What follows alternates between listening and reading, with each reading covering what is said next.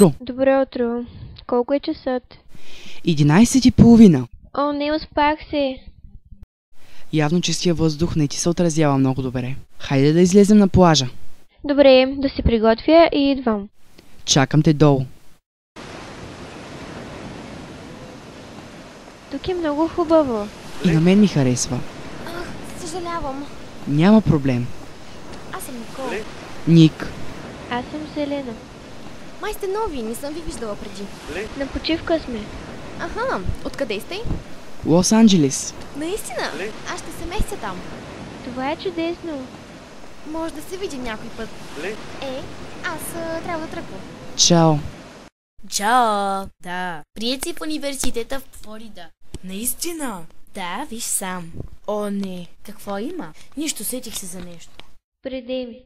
Има ли нещо за мен? Приета си в университета в Калифорния. Какво? Това е страхотно. Ще се обадя на Майли.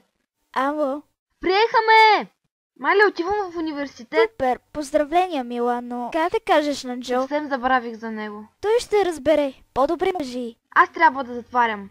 Чао, Майли. По-късно. Хей, Хей! да се разходим. Айде отидем до плажа. Джо, Селена ме звъни. Де ми казва и приеха ли те?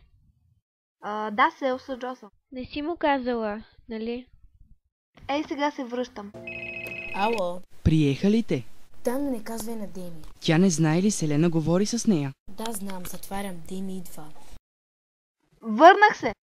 Трябва да ти кажа нещо, но няма да казваш на Джо. Кажи. Приели са Деми. И Джо също. Какво? Трябва да кажа на Деми. Какво правиш? Те ще се оправят сами. Джо каза да ни казваме. И Деми каза същото. През това време. Ако се окаже, че сме в едно и също училище, ще го разделя с тази Селена. Така сладура трябва да е с мен.